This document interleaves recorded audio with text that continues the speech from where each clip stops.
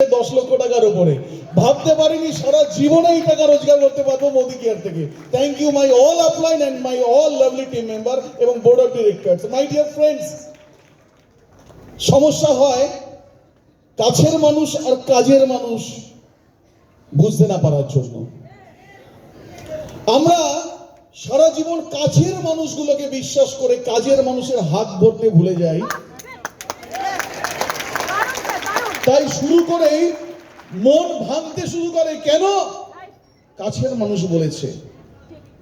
আপনাদের কোনো কাছের মানুষ আপনাদের আজ পর্যন্ত আপনাদের স্বপ্ন নিয়ে কথা বলেনি। আপনার কাজের মানুষ, আপনার আপলাইন আপনাদের স্বপ্ন নিয়ে কথা বলেছে। আমরা এখানে যেখানে পৌঁছে গেছি এখান থেকে জীবনে ভাঙবো না, কিন্তু ভয় হয় আপনাদের জন্য মাঝে মাঝে যাদের রোজগার এখনো শুরু হয়নি। তাই আপনাদের কাজের মানুষের কথা কম আর কাছের মানুষের কথাটা আপনারা গুলিয়ে ফেলেন।